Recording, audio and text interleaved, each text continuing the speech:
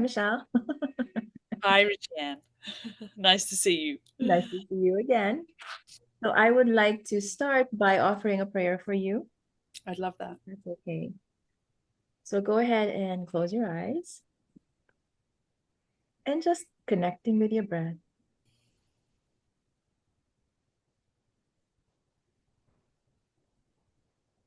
Drop into yourself, my love.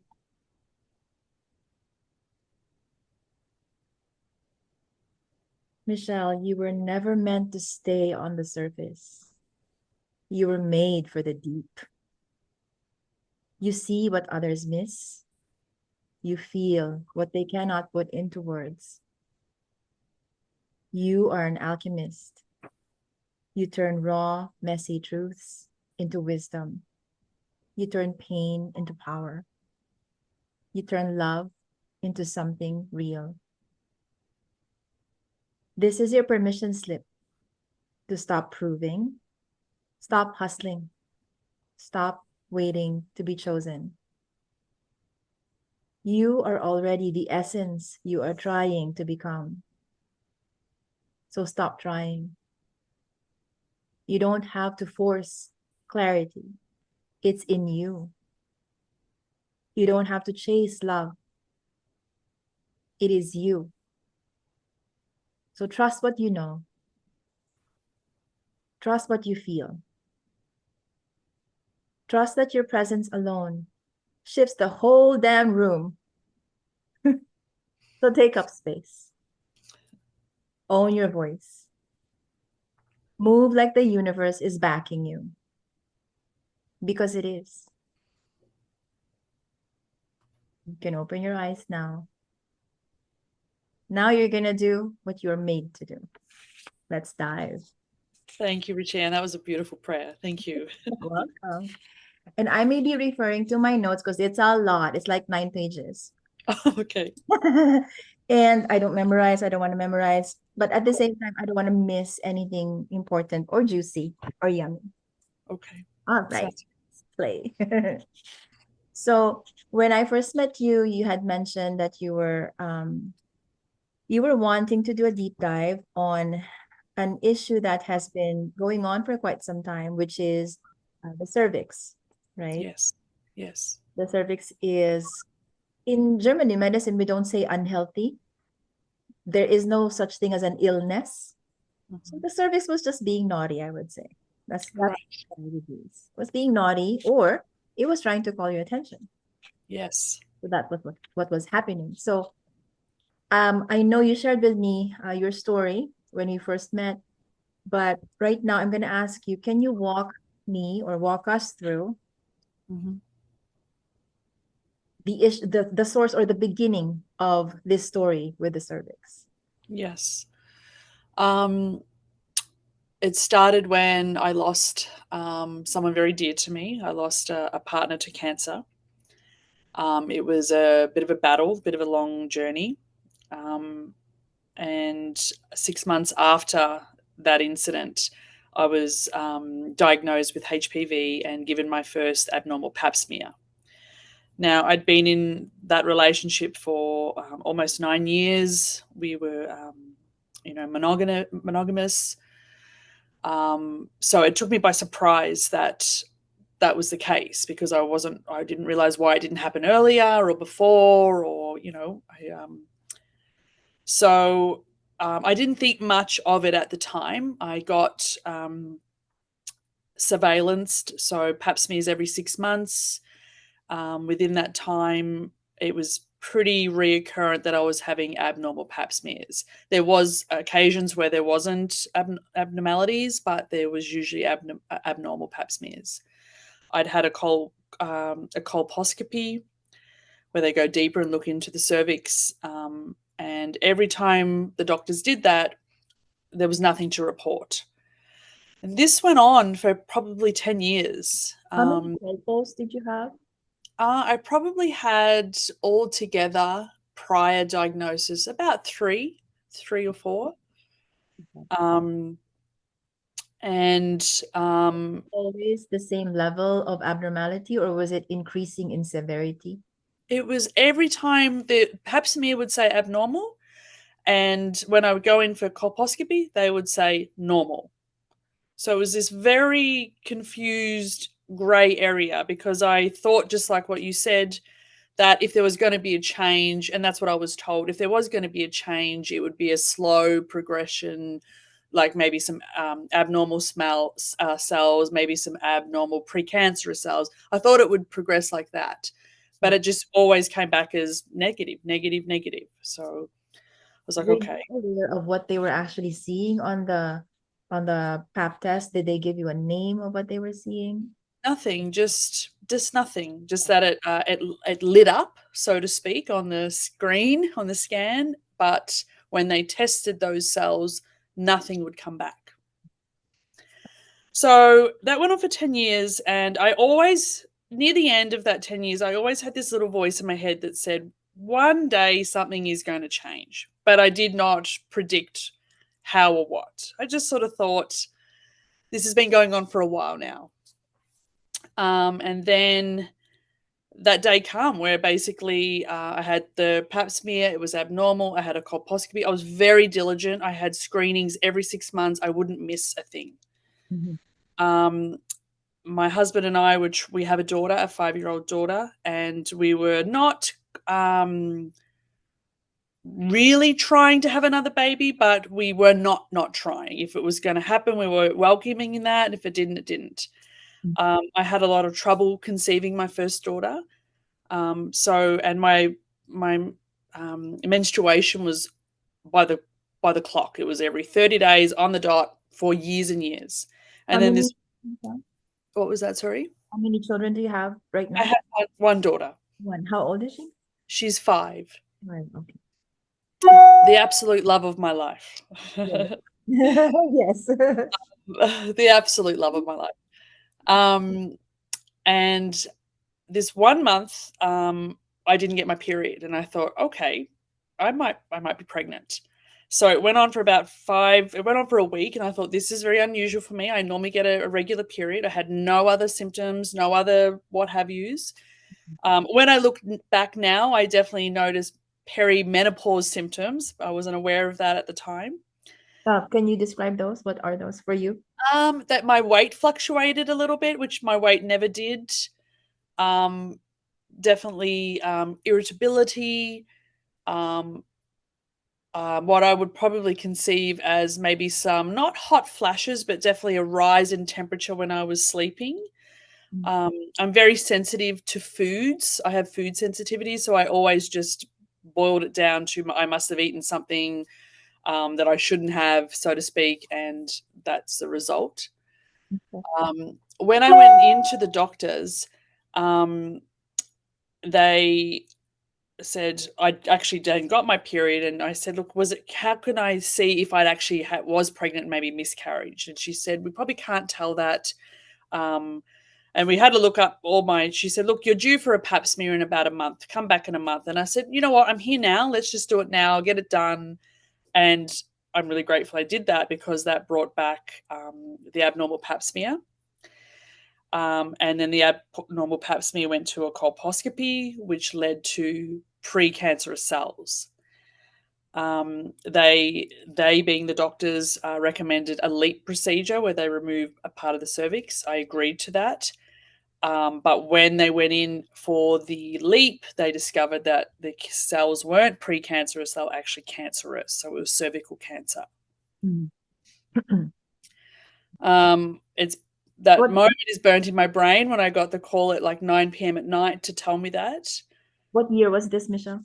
This was 2 years ago. So we're in 2025. So it was 2003. Yeah. They February. called you at 9 p.m. on a weekday? Yep. That should have been the first clue, right? I was like, oh, look at that for service. Not realizing when I was in bed that I was about to walk into to what felt like an exploding volcano, basically. And it was very, very fast process from there. So I went and seen my first oncologist. A hysterectomy was recommended.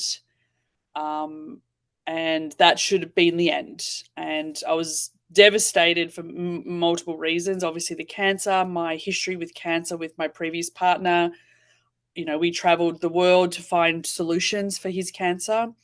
Germany, Mexico, and he still died a horrible death. And so that program was running in my mind. And I'm a mother. I've got a daughter who was, 3. So I was frightened, and so and also what was big for me was losing my fertility. That the fact that I wouldn't be able to have another child. Which is multi-layered in itself, as in regard to being a woman and femininity and being attractive to the opposite, to my partner again. Like it was lots. It was lots and lots.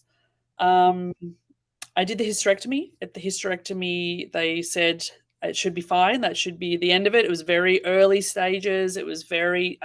It hadn't really formed a full tumor per se. It was just cells.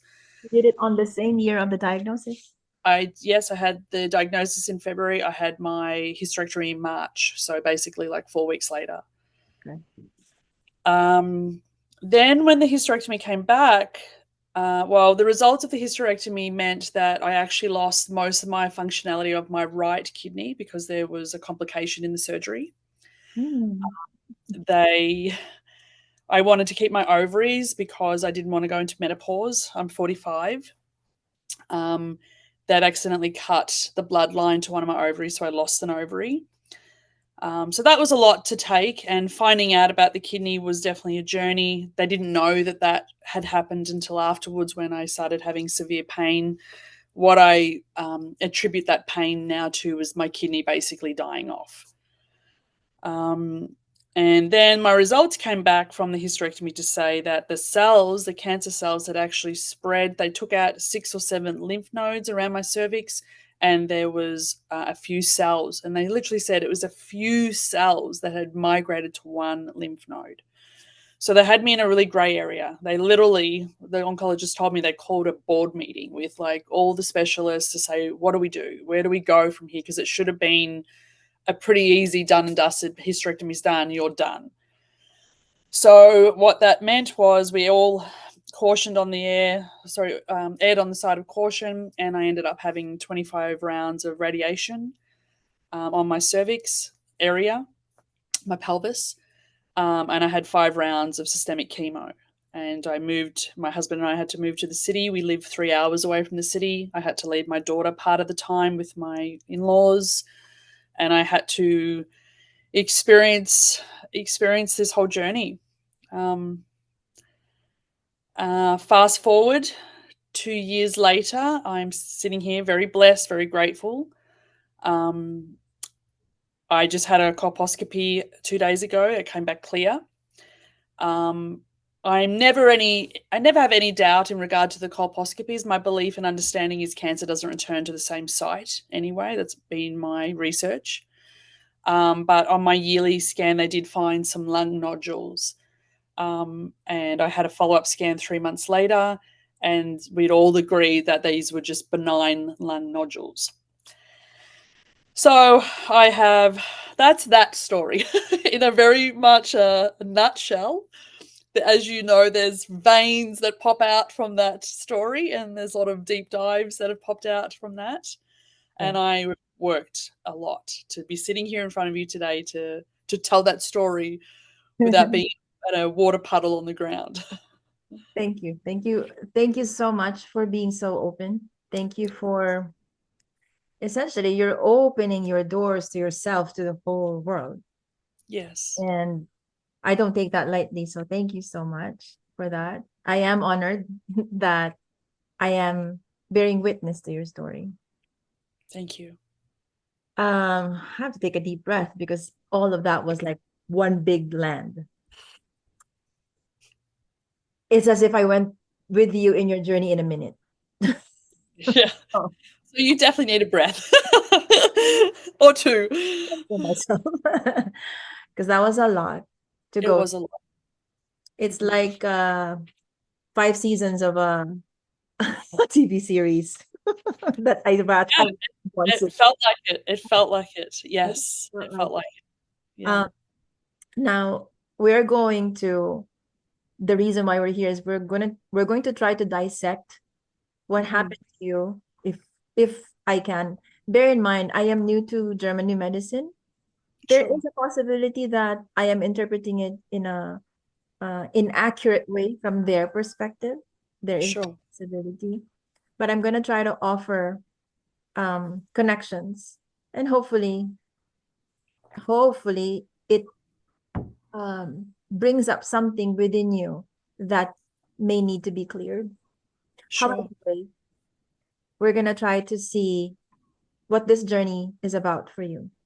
I'd love that. Thank you.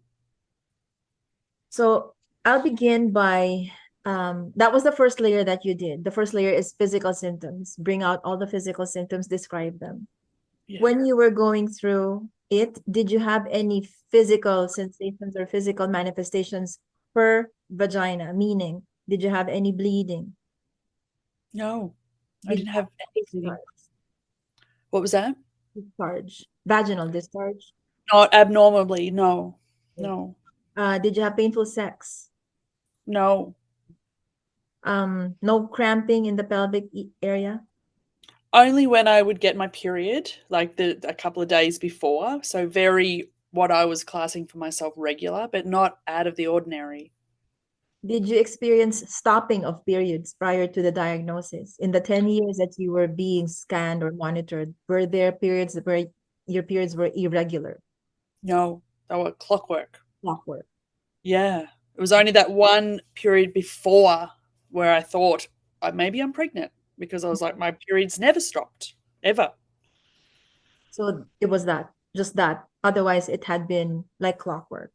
Yes. Okay. Yeah. All right. Did you ever have fevers? Um, Not the not hot. that not that I can recall. No. No. All right. Now, and no bleeding during sex. Years earlier, yes. Mhm. So with my previous partner that I spoke of, I did go through a period of time where I was bleeding when we had sex. Yeah. And when I addressed that with the doctor, again through a pap smear or what have you, there was nothing to report back. And Okay. actually, now Richie Ann, you're triggering my memory with my periods. The only thing I can recall is the days started to get, so it was normally 30 days like clockwork, but it was becoming shorter. That's the one thing I do remember. Okay. So it was changing in character. It was actually, I'm recalling that now speaking to you. I'm like, I think something came into my head just now of 26. And I'm like, that's right. It was, as opposed to 30 days, it became every 26 days. Okay. All right. So I'm going to offer you my interpretation, my limited interpretation of German New Medicine cervical issues. Great. Like I was mentioning to you, every organ has its own control center in the brain. With Yes. the cervix, the brain manager that is in charge of it is called the cerebral cortex, which is all the left and right lobe, the entire thing. Okay. Your cervix, if you think about it, your cervix is the opening to your uterus. Mm-hmm. The vagina is the tunnel. The cervix is the gate. Yes. It is the gateway for your inner world and the outer world. Mm-hmm. Okay. Right. When conflicts related to the cerebral cortex happens, specifically to your cervix, what happens to the body is it perceives it as, oh, that's not necessarily related to basic survival of this organism, of Michelle. So what Okay. we're going to do, we're going to separate Okay. what it's done, or what it will do if it is a cervical issue. It Mm-hmm. will what we call ulcerate or Yes. release cells Mm-hmm. to allow for the widening of the tract or of the space for Mm-hmm. greater reproductive success. It's a primal adaptation.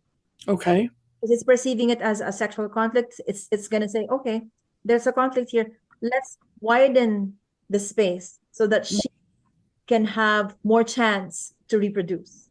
Right. Okay? Yeah. So you lose cells because imagine it's a bridge or imagine it's a road. They're gonna widen that road, so you lose the cells. Yes. During that time, that the conflict is active and your cervix is losing cells, the loss is microscopic. You don't see it. Right.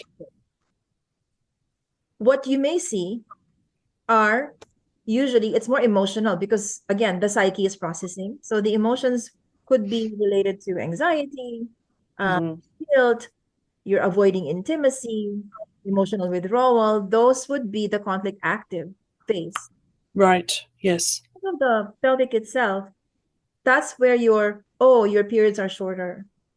Right. You can stop having periods. That could be an early sign that you're having a conflict active phase. Right. Gotcha. Or just tension in the pelvic area, non-specific. Tightness, bloatedness, swelling, very non-specific. Right. Yes. Once your psyche has resolved the conflict, again, usually the resolution is unconscious. Good if you're conscious about it, but usually it's unconscious. And that's how wonderful our body is. It does it for us. We don't even have to do it. It's already done it. Yes. So once the psyche has resolved that conflict for you, that's when the symptoms of pain and swelling come in. Right. Because while the conflict is being resolved, your body is in sympathetic mode. It's the fight or flight. It's very vigilant. Again, back to the primal adaptation. It's very vigilant. Everything is tight and tense, and all the blood vessels are constricted to allow for the energy to be centered in the main organs. Okay. So your extremities would be cold during an active conflict. Yes. Cold hands, cold feet. And you don't have appetite because, again, your body is preparing to flee. Yes. Once the conflict is resolved, then everything lets loose. Then you shift from sympathetic to parasympathetic. Right. When it lets loose, then the blood vessels expand. More blood rushes through. So now you start feeling the warmth. Yes. That area or organ may become inflamed. Yes. Swollen, because where the healing is, water is. We heal in a fluid environment. Right. Yes. Be swollen or feel bloated in that area. Yeah. Pain because of the distension of the nerve. Right. And the fluid. Imagine if you're distending it, the pressure on the nerves, pain can happen. Right. Can happen. The hot flushes that you were talking about. The weight fluctuations could be from the fluid retention. Your body's trying to heal at the same time peeing it out. Right. By fluid and then peeing it out. And yes. You start becoming tired because from hypervigilance to let loose. Yes. Fatigue now, maybe longer sleep. Whereas when you were dealing with the conflict, you could not sleep. The sleep is disturbed because the psyche is trying to find ways to solve it. Right. Once it solved it, longer sleeps, more tired. You just want to stay in the house, not have to work. Yeah. It picks up. So all rest and digest mode. Yes. So by the time the doctor would have picked up, the physicians would have picked up your abnormal cells from the cell loss because they're trying to widen the canal for reproduction. It's now a construction site and it's so it's gonna when the blood vessels expand, it's gonna call in the helper cells to start cell build up. Right. To replace what was lost. And the build up is what you can see as those abnormal cells. Right. Therefore, from the GNM perspective, abnormal cells are not cancer. GNM does not believe there is no such thing as cancer because it is the body's biological, meaningful adaptation. Yes. To healing. Yes. So when it was picked up, you were already healing. Yes. Now, okay. Your thoughts. I'm going to take a break. I feel like you need to say something. There was a lot that you said that I could relate to.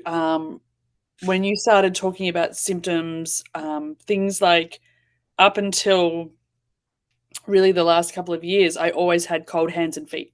always. I don't have cold hand and feet anymore. Definitely around that time when I said to you my weight was fluctuating, I definitely felt bloated a lot. But again, I would, chalk that down to, oh, I've got food sensitivity, so I've eaten something.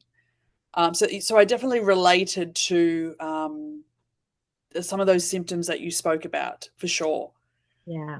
Um, it's hard, isn't it? Because I discovered German new medicine at the same time of the diagnosis. Like I started looking and researching, right? Okay. And a lot of it really related. I could understand what it was trying to say, but that fear was there, right? That fear of death, Yeah. Okay. So essentially. let me seg based on that. When you have fear, one of the organs that are affected per German new medicine, the conflict is death fright fear. Right. Yeah. It registers in the lungs. Yes. What does the lungs do? It tries to heal you Yeah. by building or cell repair or building. It goes through Yes. these phases that we spoke about, but it's Yeah. running a different program. So you have a different playlist running. Yes. Right. Yeah. Yeah. And we in the medical system are very good at creating that conflict Yes. of that, right? Yes. Yes. So you may have picked that up and run, and your body, the psyche is so smart, was running a program in the lungs. Yes. Fast forward, lung nodule. Yes. It's a healing, it's a biological adaptation. Your body's trying to heal the conflict with the lung nodule. And when I discovered that, it gave me so much peace because the first, like through the whole process of diagnosis and treatment, I thought I was going to die. I thought I was going to die. I'd spoken to other cancer survivors and would say to them, did you ever feel like you were going to die? And they go, no, I didn't. And I'm like, I feel like I'm going to die. Like I have that feeling, that fear. And I had to work really hard to shift that. So I didn't have that running and feeding my body. Yeah. When I discovered the lung nodule, based on the German New Medicine framework, it brought me comfort. It brought me peace, and I was able to relax and release with that because I was like, this makes complete sense. Because I was in, I don't know if there's a difference between. Is there a difference between a shock conflict and a death fright conflict, or are they the same? The shock is the conflict. Right. They call it the Dirk Hammer syndrome, which is a shock to the system. Mm, But there is no such thing as shock conflict in GNM. There is a death fright conflict. right. The shock Because there itself was is the conflict. Yeah, because there was when I assessed it or analyzed it, I was like, there was the shock of the diagnosis, there was the shock about the operation, there was the shock about the treatment. Like it felt like there was shock, shock, shock, shock, that all mulled together to create this death fright conflict. And that was a big part of why I made the decisions to do the treatments and such I did, because I was like, I want to be here for my daughter. She's my reason for living. Yeah. Um, and I said to my husband, I think if we didn't have children, would I have done things differently? Would I have played a little bit more? And I might have. And I knew that, like, but there was definitely the what I felt was a responsibility to my husband and my daughter to say, okay, I have to do this because I need to do everything I can to make sure that I'm around, around. What I would like to remind you is, as I present your program from the GNM perspective, and you are now presented with contrasts, Mhm. meaning how the medical world approaches it versus how GNM approaches it. It's it's 180 degrees. It's like yin and yang. Yes. But just like yin and yang, they complement each other. They are. I would like you to remind yourself not to berate yourself, not to think of yourself as, why did I not do it that way? Because at that time you did not have the information. No. I would like to remind you that everything that is happening to us, everything, every single moment that is happening to us is perfect. It's meant to be. Yes. Yes. there is no mistake in the universe. And you I I believe that, Richie Ann, and I don't have any regrets. Like when I had the hysterectomy, I had this really heavy feeling that I shouldn't have done it, that I made a mistake. And then when the kidney manifested itself, I was like, see, there's my confirmation. I made a mistake, etc. But like I've shared with you and people that we know, like because of all of those experiences, I have rediscovered myself again and in a deeper way that I never knew before. And so for that, I am absolutely grateful. Like, and I never wanted to look at the cancer from the get go. I was just like, when I've reflected back to my previous partner who literally battled cancer, he rolled his sleeves up and it was a fight. And I didn't understand at the time, but there was definitely some wise people around him at the time trying to reframe it in his mind to say, it's not a fight. It Yeah. doesn't mean you don't try to live, but you don't have to, it's not you versus. And so when this experience unfolded for me, I very quickly went into, this is not a fight. This is a learning. I'm here to when you said earlier the cervix, it wasn't being naughty. I felt like it was saying, wake up. Wake up and wake up now. This is your time. No more mucking around. That's it. And I was a good student. I was like, I'm here to listen, I'm here to do the work, I'm here to dive in.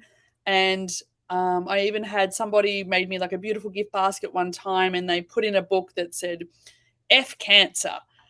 I'm not going to swear on your channel. Yeah. And I was just like, no, I'm not here to say that. I'm here to say, okay, you're here. What do you have to teach me? And I haven't stopped learning. And hence what's brought me to you today. Like, I'm like, what else can I peel back with this onion? What else is there? All right, then. You're ready for the next one, then. Oh, good. I'm glad. The next layer. This time, we're going to explore your emotions around it. Yes. When you heard the diagnosis the very first time, what was the first thing you felt but did not say out loud? I'm going to die. Okay. I'm going to die. Fear. Fear doesn't even cut it. Petrified. Absolutely petrified. And did you let it go, run through you? Did you let it course through your body, or did you push it down, push it away? No, it coursed through. It coursed through. I felt like at the time, it was a combination of, externally I was in shock, but inside I was like, I'm in trouble, and I'm in big trouble right now. And so that's what I was feeling through my body. I'm in big trouble because I was framing my experience on my previous partner's experience. I was saying, if that's what happened to him, that's what's going to happen to me. Now, is it still it's still an ongoing concern with you, isn't it? It's not like it's done. No, it's not that it's done, because, as you know, being a physician, there's this 5-year magic number, right? You got to get to that 5 years and you're safe. And you So have to, who determined that 5 years? I don't know. We wish they'd said 5 minutes. You don't have to answer that question. That's a big question. People who are listening, start thinking, who determined those 5 years? Right, I like that. I like that train of thought. Let's go. I've had a few months lately where I haven't had a scan on the calendar. I haven't had to do blood tests. I've had a normal life, right? I've had a per se normal life. Okay. I just recently had a colposcopy, another checkup. I've definitely worked out ways to keep myself grounded so I don't go into shock or death fright Okay. conflict. I work hard at that. I learned that from the get-go. Like, so my husband will sit there, he'll hold my hand, I'll play classical music in my ear, I'll breathe. Okay. So my experiences now are different, but when it's on the calendar that you got to go to the city and you got to go to the big cancer hospital and you got to be confronted with what that hospital's all about, I'm not where I was, but it's there. It's 100% there. I mean, I'd be a robot if it wasn't there, Okay. Now, this is the part where I offer you the symbolic meaning of the cervical cancer. I keep Yes. saying that because, again, my mindset is different now. I get that. I I'm get coming that. from a different paradigm now. From the GNM perspective, it's an unresolved sexual conflict. Mhm. And I'm just going to list the Yes. possible conflicts, Okay.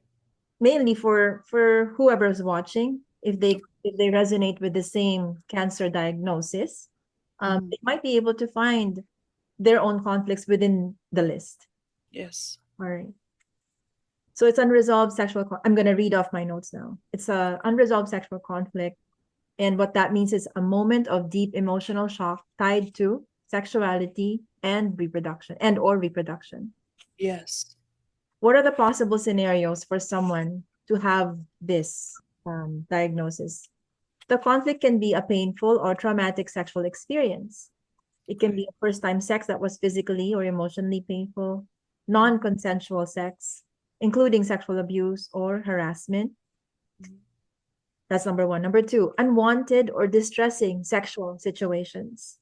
It could Okay. be just exposure to offensive sexual content, like pornography. Or you could be pressured into sexual practices that feel uncomfortable or violating. Number three, rejection and emotional wounds around sexuality. You can feel sexually unwanted or rejected by a partner, or you discover your partner cheating. Okay. Number four, loss of intimacy and separation from a mate through death or a breakup or a separation, which I believe this may resonate with your story that you shared earlier. Yes. It's a lack of sexual activity due to unexpected loss or physical distance, a long distance relationship from an intimate partner. Mhm. Number five, interrupted or disrupted sexual encounters. Um, Number six, early sexualization and societal pressures. So premature exposure to sexual content or premature expectations in childhood to Mhm. perform. Societal messaging about sex that you are constantly exposed to that brings about shame or disgust or guilt. Okay. And the last one, medical interventions that can affect reproductive health. It can be the use of birth control, Mhm. IUDs. It can be fear of pregnancy, Mhm. medical interventions that affect fertility, which I Mhm. believe you alluded to earlier as well. Mhm. So those could be um, any of those or all of those could be Yes. in an individual. And if they are, they will be running this conflict. And if the body decides to throw it to the cervix, because there are many other organs that could have taken that. And Mhm. in your case, it was the cervix who said, me, let me, Yeah. I'll do it. I'll do it. So that's from the GNM. I Mhm. don't end there though. Um, I hold on. I also offer a symbolism based on the chakras. Okay. So from the chakra perspective, it's a deep wound in the sacral chakra or the sacral energy center. Okay. It's the second from below. So the Mhm. first is the root, the second is the chakra, Okay. pelvic region. It is the seat of sensuality, of creativity, and emotional flow. It is a physical gateway, but it's also a spiritual gateway. It's the space where we as women, we receive, we create, we release. And trauma that is stored here often correlates with shame, guilt, and disconnection from our feminine essence. If the cervix is a bridge between worlds, your inner sacred space and your outer world, imagine it's a gateway. It opens, it closes, it receives, it releases. My question is, Mhm. where in your life have you abandoned your own desires to please, to belong, to feel safe? Where you have over opened to others while shutting down your own needs? Where you Mhm. have given more than your body could hold? Lots of places. No, thank you for listing all those, Richie Ann. That was thought provoking for me for sure. Um, what probably stood out for me was I never linked actually the death of my previous partner to my experience today, though it was so obvious and coincidental that 6 months after his death that this process started. Um, Before he died, there was such a probably about 6 months before he died, there was this shakiness within our relationship because he was trying to push me away. I think his theory was if I push you away now, then it'll hurt less when I die, right? But obviously it doesn't. So that really stood out for me when you were talking. Um, and I have found as a woman, I still find it today, which is just bizarre. Um, you said it, I don't know if I'll be able to say it the way you said it, but something like unwanted passes, glances from the male sex that even as a child I would notice and that I felt very uncomfortable with, not to the point of sexual abuse, but I mean, even today, I will still find a guy, not to throw them all under the bus, but where like my eyes are here, my eyes are up here, and it's yeah, and it's very uncomfortable. Um, Cat and calls. I read people very well, and I read them quick, so I can see, But then, so that combined, but then the top layer of all that was what you said, just last, like, where have I in my life? Given more than your body could hold. And I think a lot, and through this journey, that's really resonating with me. Through this journey, I really delved deep into the roles that I was playing in people's lives, my family, not my immediate family, not my husband and my daughter, but my parents, my siblings, friends as well. That I always felt that I was either parenting the parents or being the rock for everybody. And when my time came that I would put my hand up for some support, no one was to be found. And there was a big conflict around that when I got diagnosed, particularly with my mother, who is afraid of flying and has some anxiety. I asked her to join me here. I live in Canada now. I'm Australian, and she wouldn't come. And it was huge. It was huge for me to process that because I was just like, if this is the end for me and you don't come, what does that mean? You know what I mean? What does all that mean? So I worked really hard on breaking down these roles that I thought were mine. So where have I done that in my life? A big portion of it. Only up the last 2 years where I consciously now will watch myself or catch myself, and it's beautiful because my mind and body won't let me do it anyway. When someone tries to say, "You be my savior, you carry my burden," I just go, no, no, and I've let go of friends because of it now because I'm like, I don't want to do it. I don't want to do it anymore. So both in the intimate setting and in the reproductive setting wherein you were mother to many. Many and mothered to many that I shouldn't have had to be, and felt that I wasn't getting mothered back, which was huge, which was really huge. And that, as I said, that came to a real boiling point in the diagnosis when I was just like, I'm a daughter and I want my mother and I want to be mothered. Yeah, and I didn't. So is it possible through the German New Medicine framework for all of those to coexist at once? Okay. Yeah. Yes. Like I said, it sits in your sacral center. It's a center Yes. that carries your reproductive potential, your creative potential, and Yeah.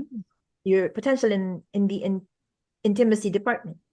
Okay. All of it is an expression of yourself or withholding back. Where does this segue us into this question I'm about to ask, or is this a completely different topic? So conception of my daughter was difficult. Like I had to have medical intervention. I had to go through IVF to conceive her. Yeah. And on paper, no one could work out why, because there wasn't anything wrong or technically standing in the way. And that was another huge shock for me when I found that out, that I thought I would just fall pregnant and it didn't happen. It is in the reproduction department, Yeah. in the fertility department, Yeah. still within the sacral chakra department. Yes. Yeah. It might trigger more memories as I ask the next question. Okay. Yes. So the cervix is a portal of creation. Mm-hmm. When life force is stifled, whether in the form of suppressed creativity, unexpressed emotions, unfelt grief, your body holds the tension. Right. So what are you being called to birth, not just physically, but emotionally and creatively through this experience? What unlived life is asking to be born through you? What version of you is asking to be birthed? Oh, that's very emotionally triggering in a beautiful way. um, what I feel is, hi, this is Elsa. She wants to be part of this question. um, the unlived, I really love how you said that, because when I reflected back heavily on how I was living prior to diagnosis, and it still actually plays in my mind because it's so amazing how much one can learn and still fall into old patterns again Yes. and again. Yeah. So when I looked back to how I was living prior diagnosis, I wasn't living. I wasn't. I thought I was, but I wasn't. My world, I'd always said to myself as a young girl that I wanted to live big, live big. Yeah. And I did for many, many years. It was a big life, but somehow in that, particularly, I believe around um, the reproduction issues, when all of a sudden I was struggling to have a baby, I was around many women who were having babies who didn't know the burden that I was carrying, um, for multiple reasons. I felt like, you know, I'm not a woman, I'm not, something's wrong with me, etc., etc. Um, I realized my world had become smaller. It just became small, small, small, small, small, small, small, and very pinpointed. And I'd had that conversation with my husband over this last 2 years. I don't want to do that small world again. I don't want to do that, because I think it, to use metaphors, it was like it created dust and mold and stagnation. Um, and going through the cancer diagnosis and all of that, as hard as it was, and I really wish the universe, God, would have given me another way to learn these lessons, but I'm grateful. Um, I felt like I was breaking out. Good. And talking to you now is a wonderful reminder, because, as I said to you, it'd been a long time between scans. And when the scan came up recently, where I was like, wow, you're falling back into some of these small minded patterns again. And I don't want to do that. I don't Right. want to do that. Good. Okay. Speaking of patterns, Mm-hmm. that's the next layer now. We're going into patterns. We're going to identify the patterns that are very much present within you. And Right. I'm basing all of this, I did not make this up. I'm basing all of this from your blueprint, Yes. from human design and from Gene Keys. Yes. Combination of. There were three main patterns that surfaced Mm-hmm. that describe you. So I'm going to go through them one by one and ask questions Yes. under each. Okay. The first pattern, based on your blueprint, Mm-hmm. that you have is feeling unseen or dismissed. You don't need constant praise, but you deeply need to feel recognized.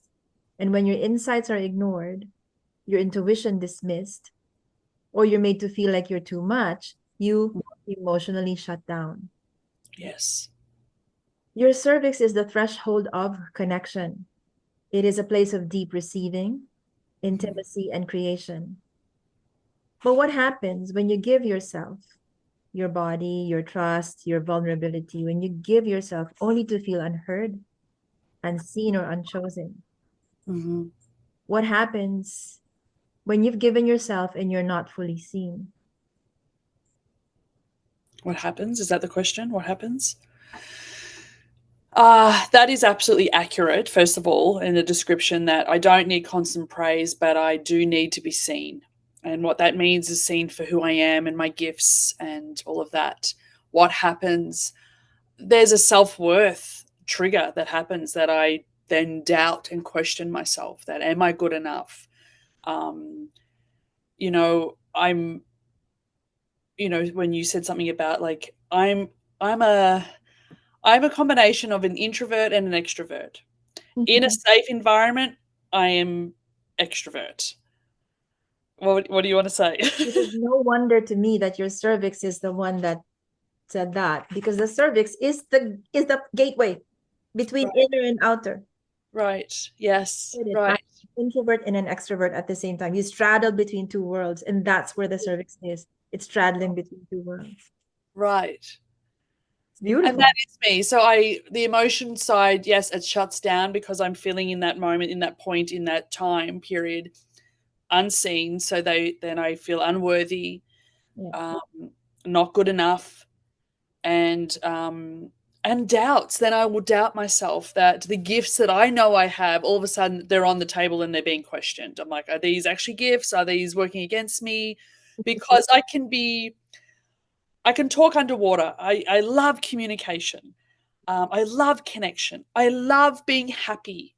But I have been told, someone even recently told me, you're just so happy. I was just like, that, what was that? Sorry. You're too much. Yes, you're too much. And, you have to keep that in check. Now that I'm getting wiser to say, well, the person who's saying that looks miserable. So I don't want to be miserable. I want to be happy. And if it's too much for you, what I'm learning is to try to find my spaces that's welcomed and not too much. Yes, yes. Instead of shutting down. Instead of shutting down. But the shutdown still will happen. It does. Yeah.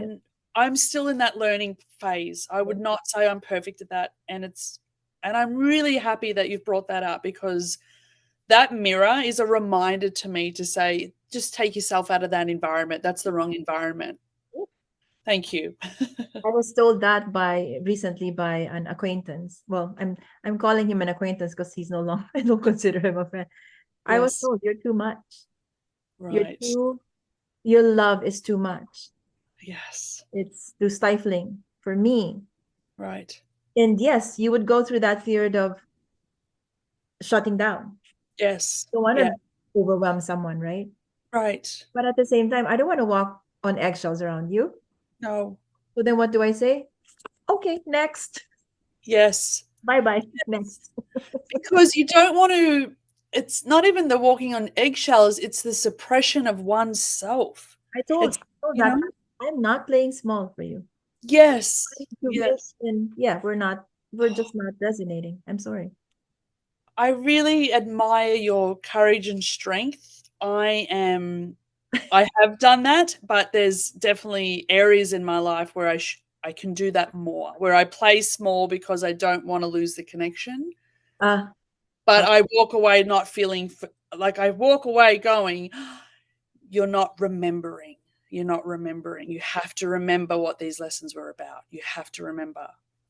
the teachers in the meditation space, you know what I'm talking about. The teachers in the meditation space have imprinted upon me that we are with people um who are of the same frequency. And when we fall out of that frequency, we're gonna be with other people. Yes. So that's just how I see friendships now. You're in Yes. my life for this season, maybe, or for Yes. a reason, or for Yes. a lifetime. Doesn't matter. Yes. All of us are having an experience. So I totally agree with you, and I definitely believe that now. I wish people, when I let them go, I send them with love. It's just like our frequencies aren't the same. Um, bless the event and thank you so much for your lesson. 100%. We're all travelers, so we Oh, need. 100%. And the confirmation too about frequency that, I've come across your path, Yeah. right? And our meditating gurus. So you want to hear of your second pattern? I do. Your second pattern, you swing between control and avoidance. Under stress, you grip too tightly, planning, over managing, trying to control every outcome. Or you would completely check out, you'd numb yourself with distractions like books or screens. Mhm. And like I mentioned, your cervix is the threshold, it's the space between holding on, letting go, Mhm. receiving, releasing, trusting, fearing. And Mhm. just like in life, when things feel uncertain, your body mirrors your emotional extremes. So the question that I have is, do you grip too tightly in intimacy, sexuality, reproduction, trying Mhm. to control outcomes, protect yourself from rejection, ensuring you won't get hurt? Or do you check out, you disconnect from your body, you avoid pleasure instead of feeling what's actually happening? Do I do that? 100%. 100%. 110%. Back and forth, back and forth. I hope you have a cure for that. Um, 100%. Like that is even today, that is I'm more conscious of it, but it is my life where if I predict something's going to go wrong, um, I again up until recently it was definitely more potent where I honestly believed if I didn't control every detail, something would go wrong. And if I did control every detail, then I would make it right. Definitely a God complex somewhere in there. And if it's all too much, or when the controlling all gets too much, I 100% check out. Check out. I will lay in bed, I will watch movies all day. And Yeah. because my body's exhausted, my body's also exhausted from the constant control, control, control. So it's a reminder from your cervix to stay in balance, Mhm. to release and receive in Yes. balance. Mhm. Your third pattern, emotions build quietly with you, and then it hits powerfully. Mhm. You may not react in the moment, but emotions accumulate beneath the surface. And when you finally speak your truth, it's undeniable. It's Mhm. big, it's raw, and it's real. So maybe before the cancer diagnosis, there were moments when your voice wasn't heard. Maybe you silenced your needs to keep the peace. Mhm. Maybe you opened yourself emotionally and physically only to be unappreciated and unheard. Mhm. And your cervix held everything quietly until Mhm. it could no longer. And now it's speaking for you. It's a witness of your pain. Mhm. If your cervix is expressing everything you've held back, Mhm. what truth is finally demanding to be spoken about your body, your sexuality, your right to be fully seen? What truth is it finally saying? Um, First of all that's correct. All of that is correct. Definitely before diagnosis, because I moved to a new country, new family orientations, and there was a lot that I just held inside, and I did it to keep the peace. I did it to make things work. Um, and then I would blow up, and I'd have to fix all the pieces because then shame would come in where I'd blown up and didn't handle it properly. Yeah. I don't know if this is answering you correctly, but what's coming in my mind is the There is cervix. no right or wrong, Okay, only real. only real. Just the reminder to be seen and not to not shut down, to not shut down, to not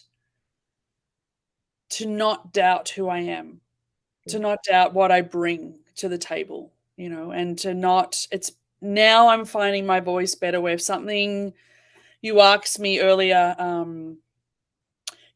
things can happen like in a family function.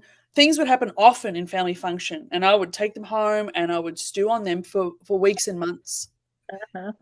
Now I ring the source and I say I need to have a talk, and I say to them, the last time I did that is I say, because it's not good for my health to not have this conversation. And I do it with love and I do it with calmness, and I'm heard. But I go in saying, even if it's not reciprocated, or if I'm not heard or acknowledged, I've said it and I've released it.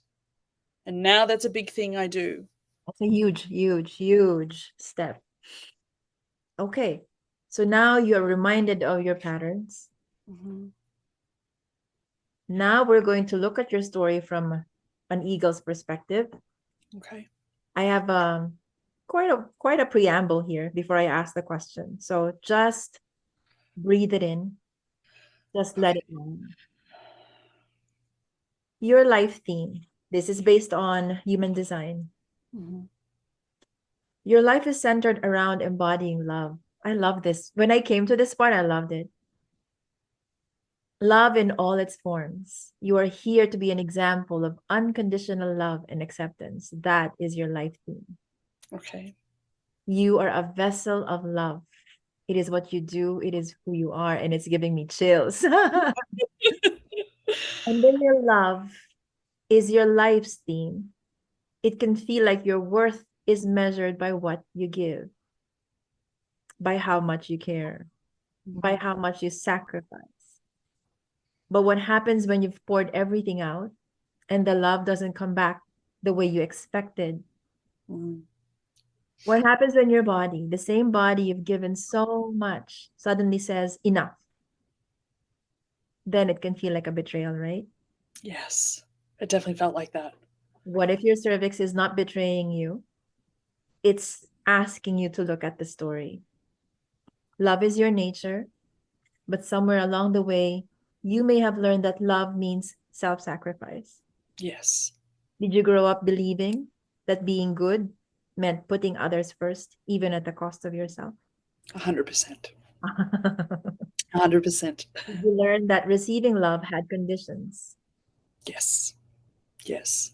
Have you ever felt like the only way to be truly valued was to give more, do more, be more? 100%. In all aspects, family, friends. Yes. That's the story you've been carrying. Okay. That's your story. Yes. Yes, I love, but I have to sacrifice myself in order to love. That's the gist of your story. But Just to add to that, the irony, I met a guy who read palms, a palm reader, when I was like 8 years old. He was a family friend. I only had this one encounter. It never left my mind. And he read my palm and he said something to the equivalent of, you will experience great love, but you'll also experience sacrifice for it. okay, so that's a system that was implanted in you.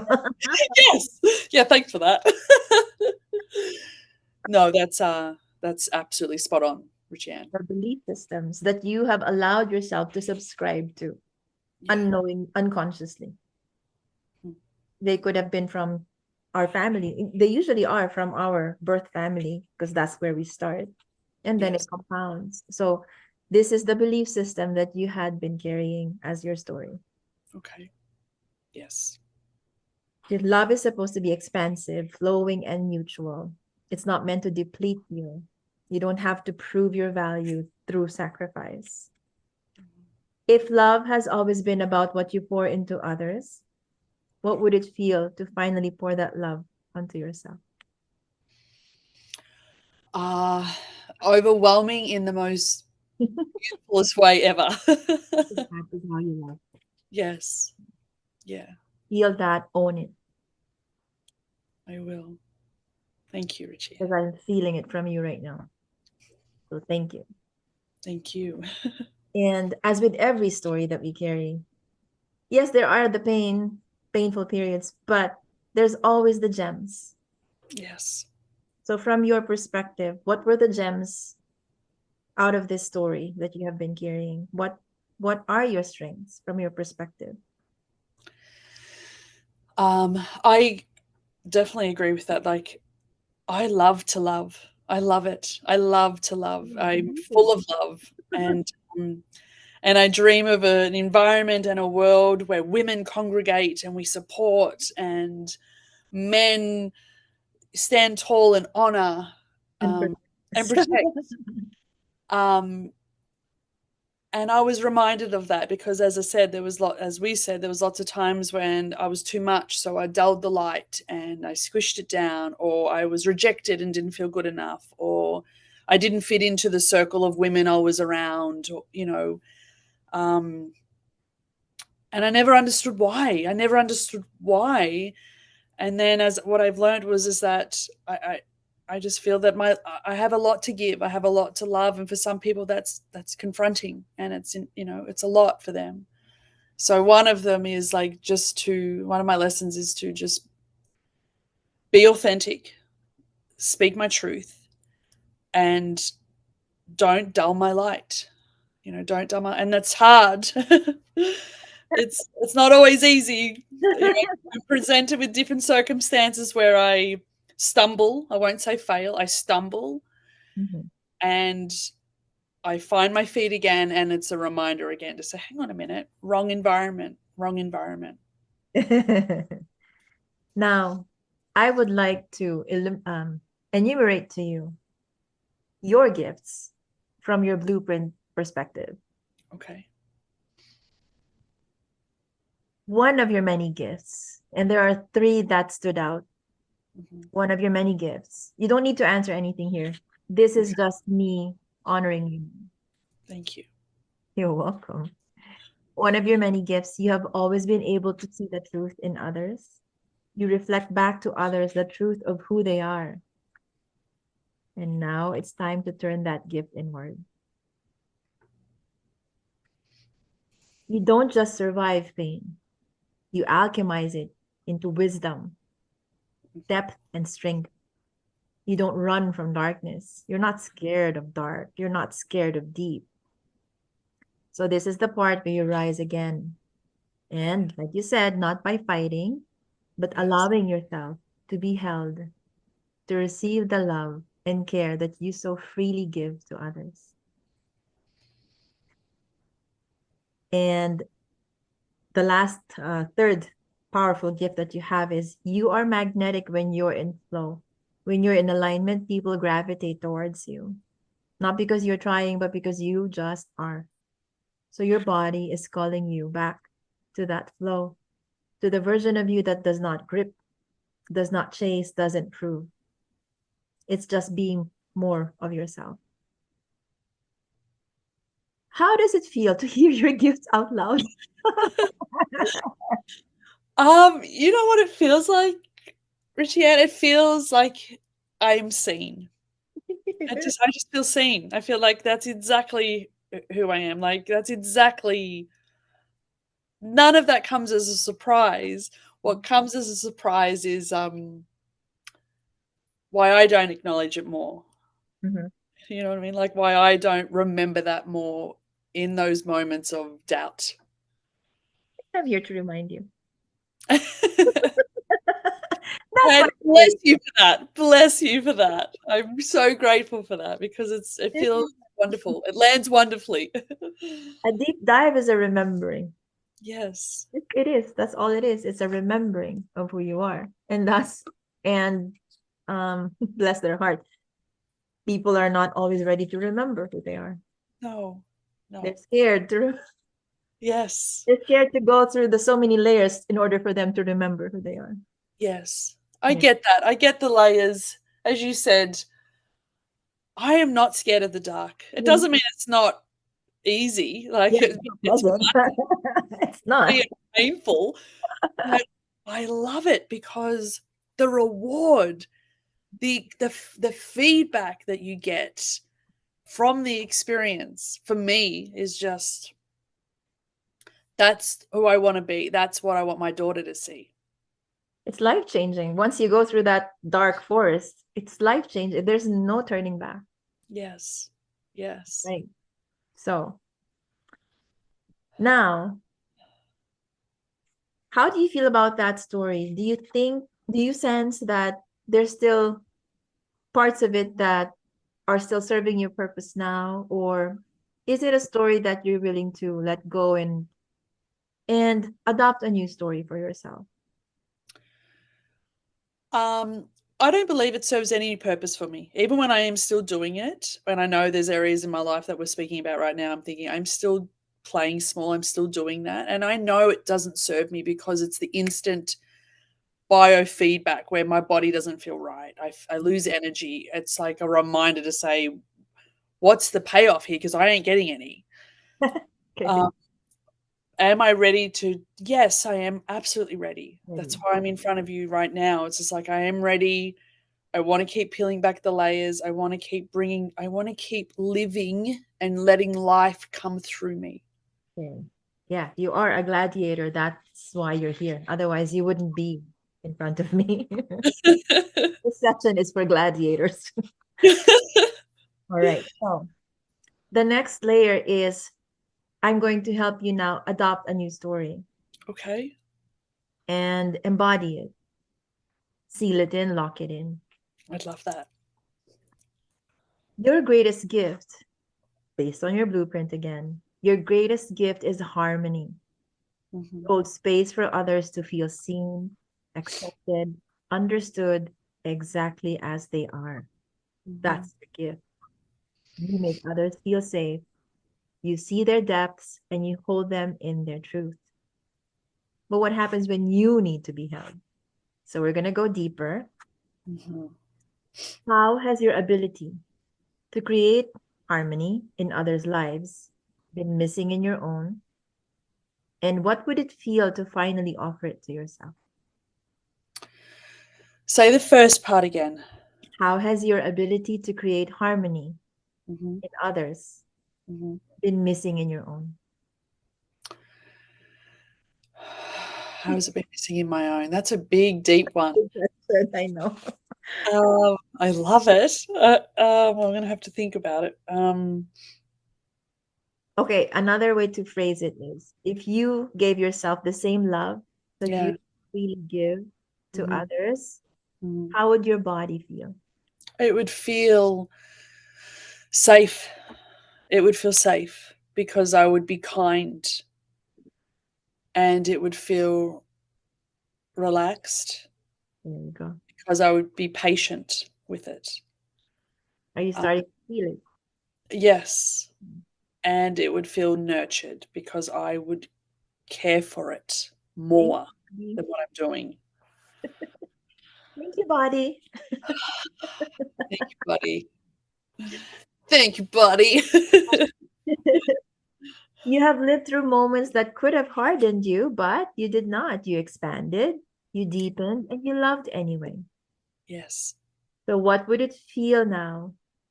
What would it be like to step forward, not as someone who has been wounded by this issue, but as Mhm. someone who has been initiated by life? Oh, I love that. How would you move differently? How would I move differently? Initiated by life. I love that line. I knew you would. That's Oh, I love that. right. Um, You would love this line.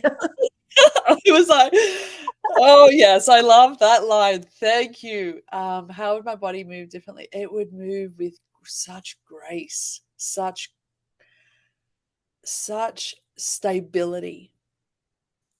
I want to say confidence was the word, but it's not confidence. It's a sureness. It's a sureness deep inside that I am stable. I am strong, and though I may flow with the winds, Yes, I will not be knocked over. yes. So lock that in. If you're feeling it, Oh, yeah. you are in it. You are it. And you are not meant to just hold space for others. You're not meant to create harmony outside of yourself. Your body is asking you to bring that same love inward. Yes. And your new story, you're finally ready to receive the love that you so naturally give. Yes, I How love that. that's your new story. That's a wonderful news story.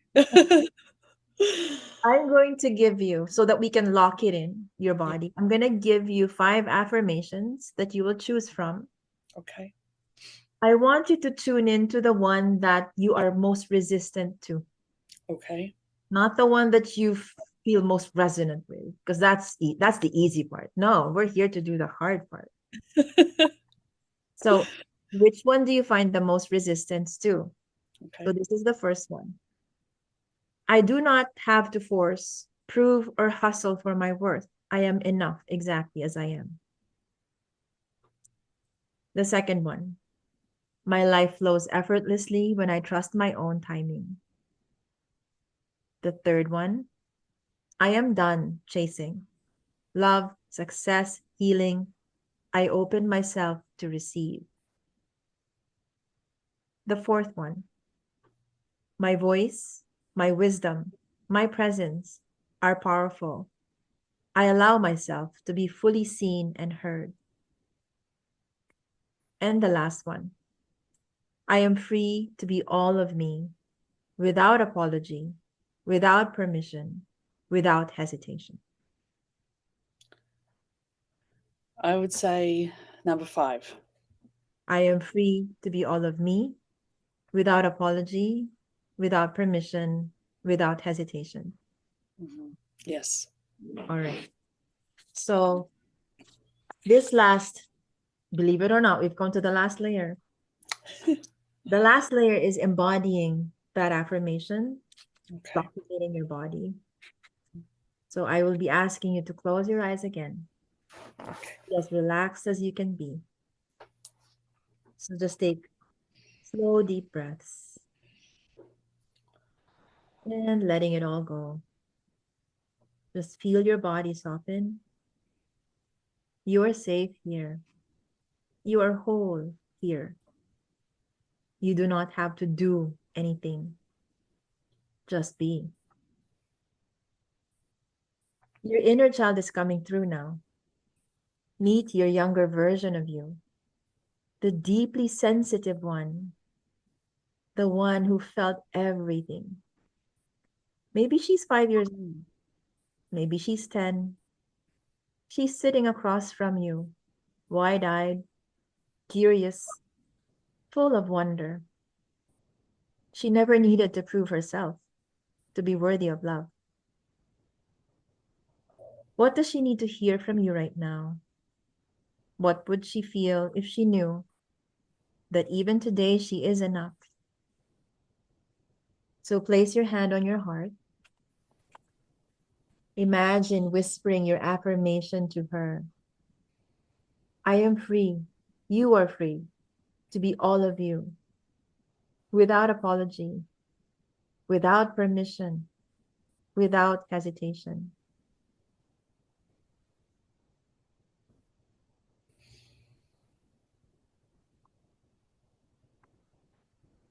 Watch as she relaxes.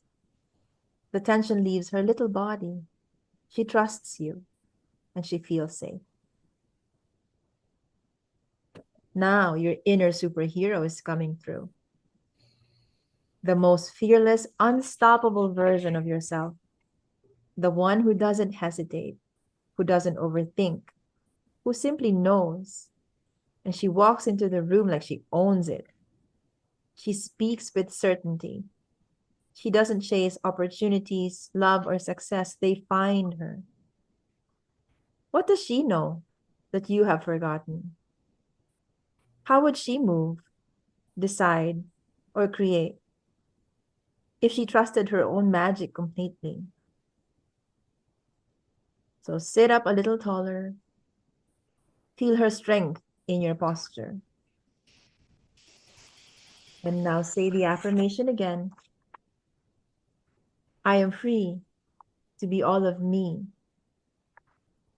without apology, without permission, without hesitation. I trust that when I am fully myself, everything aligns effortlessly.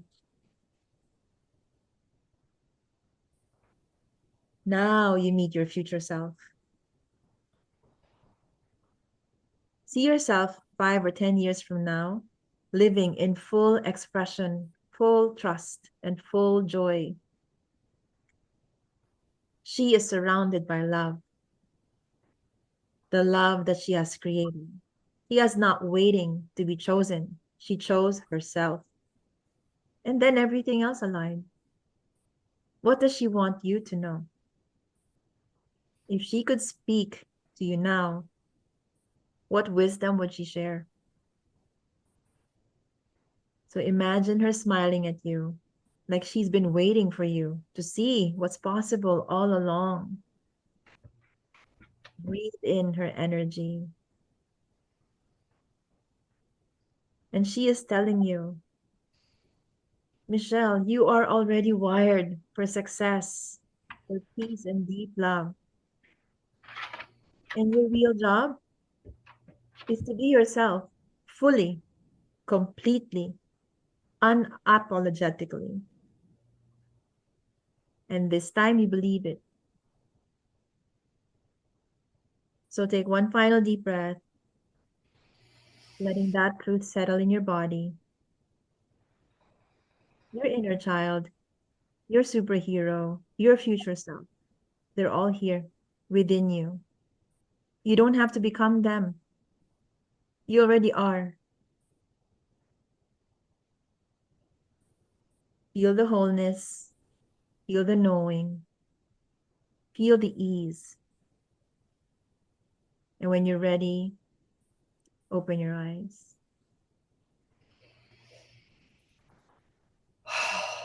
That is your truth. That is your power. Thank you, Richie Ann. Welcome home. It's nice to be home. How was Thank that you. for you? It was lovely. It was really lovely. And the message that I said to all of them was always just the same: just keep shining bright. Just keep shining bright. And they are. They Yeah. are. Yeah. So that is it, that we have come to the end of the deep dive. Share with me, how was that experience overall?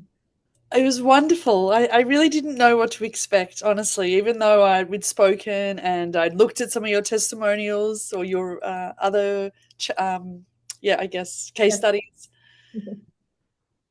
It was beautiful. It was very nurturing and it was very insightful. And I felt like you got an access pass to my heart and you got to read what was in it. And that Yes. felt really nice. It felt really, really nice. It felt really nice not having to. I thought I'd have to go back into the trenches and dig up and find it all. But it was a really beautiful surprise that we actually didn't have to do that, you know? So thank you so much, Richie Ann. That was such an honor to do that with you. My honor, the honor is mine.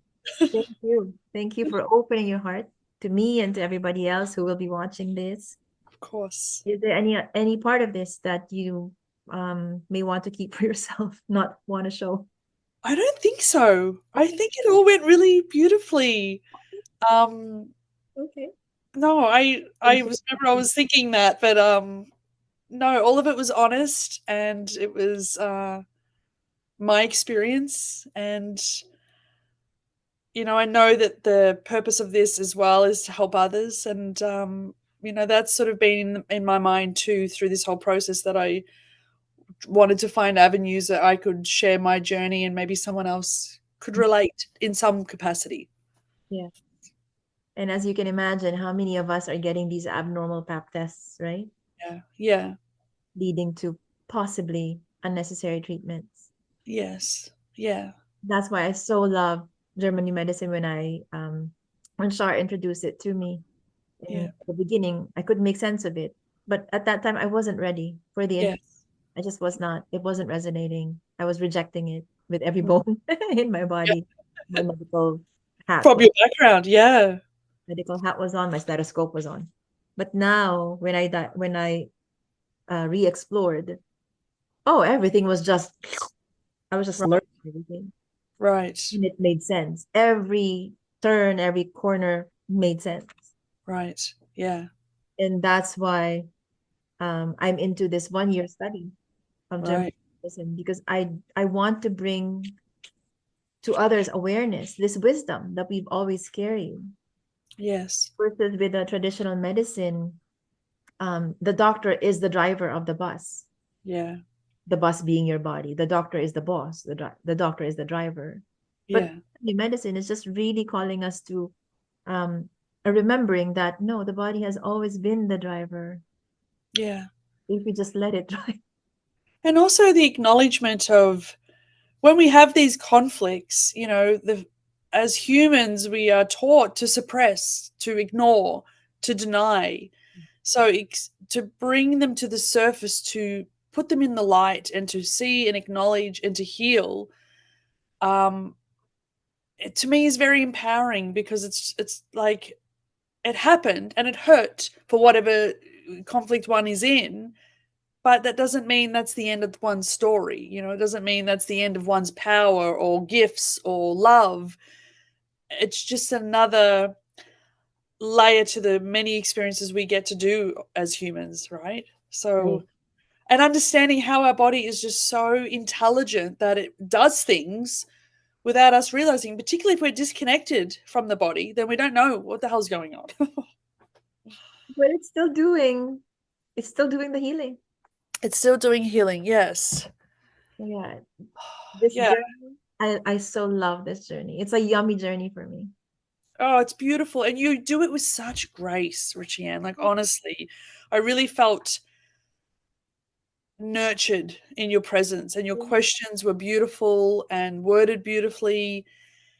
And the combination of the human design and the gene keys together is just powerful, isn't it? Like, when I read the paperwork you sent me through, I was just like, wow. As I said, I felt like you just had a sneak. You opened up my heart and went, okay, I got it. I was like, that is me. And it feels nice. It just feels nice to be seen, doesn't it?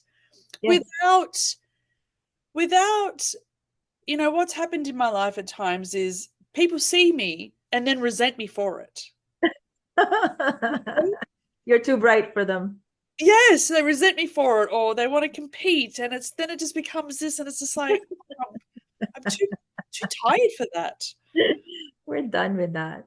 Yeah. Thank you for gracing this session. Yeah, of course, of course. I'm so grateful that we did this, and I'm really grateful um, that we've met, and I'm really grateful that my nausea really was stayed at bay for most of the. It's rising a little bit now, but it was stayed at bay. I was like, oh, just If it does even rise, animals. My animals upstairs are being really good. I'm like, they're going to annoy me, but they're being really good. if it does rise up, just release it. It's stuck energy trying to be released. Right. Just allow it. Just release it. So, okay. So then I would like to offer a closing prayer Yes, I would love one. for you. Okay. So, Michelle, you are not here to fit in. You are here to see deeply, love fiercely, and move through life with fire and grace. Your presence shifts rooms. Your words awaken people. Your energy transforms pain into power, questions into wisdom, uncertainty into something sacred. You're learning that you don't have to hustle for worth. You don't have to explain your depth. You don't have to shrink to be understood. You are unfolding into your full expression, fluid, fierce, untamed. And the moment you stop waiting and just become everything you already are, that's the moment the world feels your magic in full force. And guess what? You're just getting started. I'm in. That's awesome. Thank I you love so that. much, Michelle. Thank you, Richie Ann. Thank you. What a beautiful session. Thank you. Thank you. Thank you. My thank you has so many layers to it. So big Me thing. too. Big thing. Mine too. So thank you. Thank you too. Love you.